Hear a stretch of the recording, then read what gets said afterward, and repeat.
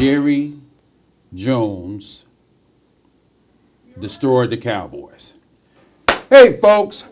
Welcome to Sports Focus. We're just getting a little cowboy talk out of the way. We don't want to bring them bastards up in this program. But anyway, let's get right to it. And I want to start the program on it's a happy and a little disappointing note. We had Martin Luther King Day. It was on his birthday, January 15th. Mm-hmm. Now, that was a Monday. There was a couple of NBA games that I guess they forgot what they were doing and the Monday was. And it was they wanted to fight and they wanted to, do a lot of fighting. You had Ben Simmons and Kyle Lowry from Toronto, Sixers in Toronto, talking about meet me in the hallway. And then you had I don't know what the hell was that with Houston and the Clippers. Yeah, that was. Oh, it's about 4 Rockets going to the Clippers locker room. Come outside. Well, what is that? That was on Martin Luther King Day. Your NBA players, you be ashamed of yourself. You're making all this money and you want to do street stuff. And y'all can't fight any damn way. No, you can't. I don't even know what How many times have you seen them swing and miss? Hey. Dr. J didn't miss. Hey. Oh, Dr. J was like pop. You remember that? He was like, pop. He was tagging him like Maytag. Moses was holding him as well, but Dr. J was like, look, I'm going back to 76 on this one. Pop. Shame on you NBA players that want to do all this fighting and stuff. Y'all make way too much money and you're too much of the influence. And I'm talking about y'all trying to pump y'all up and then y'all want to be fighting. That was an embarrassment on that day. So shame on you guys. But you know what? Let's bring it back to some positivity. You know what that is? Jamaican bobsled team, man. The Jamaican bobsled team, because this year is the Winter Olympics. And they are sending a women's team this year. All right. That's what I'm talking about. A women's bobsled team. And also, this might blow you out your seat. You ready? I'm ready. You ready? I'm ready. You sure? I'm positive. All right. The Nigerian team from Nigeria, they're sending a bobsled team as well. I'll go Fine in Nigeria. No. At the homeland. I'm glad my wife don't watch this show. Now she biting. Junior, stitches get stitches. You remember that, boy?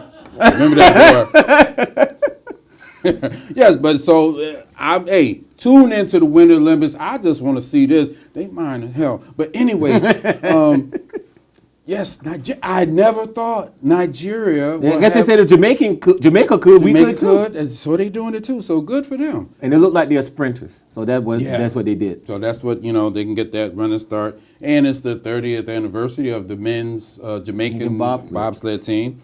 That famous movie, Cool Runnings. Yep. So good luck to them. Now, the Buffalo Bills Mafia. I wanted to mention this a couple of weeks ago when it all went down. But amazing thing happened when the Buffalo Bills got into the playoffs because Andy Dalton and his 49-yard pass to Tyler Boyd got them in. Those fans in Buffalo donated over $20-something thousand to the Andy Dalton Foundation. Yeah, I remember that. And they also got some money for Tyler Boyd's charity. Buffalo, that's a place. They need a Super Bowl. Yeah. I think they're going to be next. They get a quarterback. Which they think they might draft. Yeah, they need a quarterback. They should have beat Jacksonville in that game. They should have. So, congratulations to the... Shady wasn't 100% either. Yeah. Congratulations to the Buffalo Bills Mafia. Your Super Bowl is coming soon. Now, the NFL playoffs is chucking along, and we're almost halfway done with the month. And the divisional round was one of the weirdest rounds of playoff history in my book. Of course, you had the Jags and the Steelers. I know Steeler Nation is like real bummed right now because they assumed that, like a lot of people, but you picked Jacksonville, like a lot of people, that it was going to be New England and Pittsburgh. And now it's Jacksonville and Pittsburgh. But kind of surprised that Pittsburgh could not mount much of an effort against Jacksonville. What got me is how fast they let them get that lead. I know. That whoa. I think what set the tone when it was 4th and goal from like the 2 or 3, and they went straight up the guts in Pittsburgh, and they got that touchdown for that. That was saying something, Yes, and they set the tone. So congrats to the Jags, and thumbs down to Mike Tomlin and the Steelers. Bad play calling. It reminds me of a team in Texas. It's not the Houston Texans, it's the other team in Texas that like to do dumb stuff with their coaching and their play calling, but we ain't going to get into them at this particular time. Let's move on to the game. And also, congratulations to the Philadelphia Eagles. And let's move on to the millennial game so far. That game is ridiculous. It looked like a rout. It looked like Minnesota was going to steamroll past New Orleans, but New Orleans said, hold up. And they came back strong. So, you can't count them out with Drew Brees playing. Hey, as long as you got a quarterback like Drew Brees. Now, they got a decision to make this offseason whether they're going to pay that money to keep him. Yeah. So that's something to watch for New Orleans. But let's get into the play that everyone is talking about. Young man. If you would have just waited for him to touch the ball and bring him down, game's over. And you would have got a penalty anyway. Yeah. Defenseless receiver. Yeah. And it can't end on the defensive penalty. So you would have been screwed either way. How did you miss him? You know, it's interesting, you know, the following day when you're watching this, I watched the sports talk shows, and, you know, they was just bringing up different goofs, Bill Buckner and the ball going through his legs. Freddie Brown in Georgetown when they played North Carolina, he passed the ball to James Worthy. So these things happen. As I was watching this, I'm sure as anyone that was watching this, you just could not believe what you were seeing. I initially felt that he didn't want the pass interference. And that's because he got there too early. And he didn't want the pass interference, so he just got caught. And like, because if he hit him before the ball got there, that's a flag. And I'm sure the coaches probably drilled in his head, don't pass interference. And unfortunately, but the bad thing about that was he took out the next player that could have tackled him. Yeah, that's the messed up thing. That was the bad thing. And then he took this guy out who was running this way who could have got him. Oh, no. Oh, no. Oh, no. Wow. But it's a great play because of the error. It was a throw to the sideline, good throw. He jumped up, it did what he's supposed to do, catch the ball. What got me is all the stuff that he was doing afterwards, though. I think, dude, that was one play. Sit down. Sit down. You got to give him that because you're going to the championship game. You can't. Yeah, but still, sit down. I don't know. Something that's not supposed to happen. It's not. First of all, sit down. How can you control that emotion? No. I understand that when he finished the play and he was in the end zone doing it. Okay, that's fine. Spur of the moment. Yeah. But then after all the hoopla stopped, now you're doing it on the bleachers. Sit down. I think you gotta give him that. I'm not. You got to. You see that I put that up there with T.O. crying. And then the weird thing was they had to execute the extra point. Right. So everyone left the field, all the Saints left the field, and they still had to execute this extra point, which basically went them taking a knee. Crazy game. And the first in playoff history walk-off. Like a walk-off home run, last shot in basketball. Right. This is the first time that this has happened. So I guess it is a big deal. And for the young man, Marcus Williams, rookie from Utah, second-round pick, and he got an interception in that game. Yes, he did. So, I mean, like, I just hope we deal with this week. And He'll be made okay. a mistake. He'll be okay. It's going to be tough because anytime they bring up the playoffs, that play is going to be played.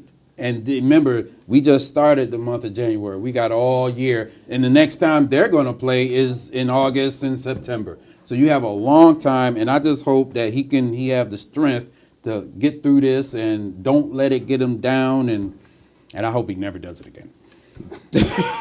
Please, don't ever do it again, please. Because if he did that again, I know Sean Payton was a bit upset. Man, tough call. Right, now we move to the nitty-gritty. We're the final four, and we're about to chop it down to the two. The AFC Championship game was the first game on Sunday. Well,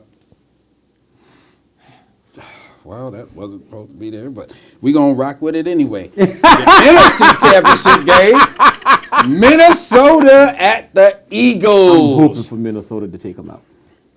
If Minnesota wins, they're going to be playing at home in the Super Bowl. First time ever that a team hosted the Super Bowl, and they're playing in it. So that would actually triple suck if they lost that game. Yeah. So it's going to be interesting because two very good defenses. And it's going to be a tough call. I'm hoping Minnesota. I just don't want the Eagles to be. I think a lot of us just don't want the Eagles to win. Just to be But honest. then again, I wouldn't mind the Eagles because I told a lot of Eagles fans that this Eagle team reminds me of that hot shot Carolina team that steamrolled into the Super Bowl just to meet a defense that just bit their head off. They had their quarterback, and it was kind of impressive that they limited the Falcons to 10 points. And tough call.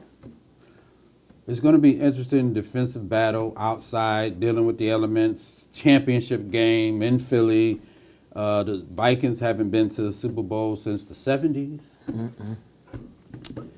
It's going to be interesting. I'm hoping that the Vikings pull it out. I'm tempted to go with the best team. What the best team has been all year has been Philadelphia.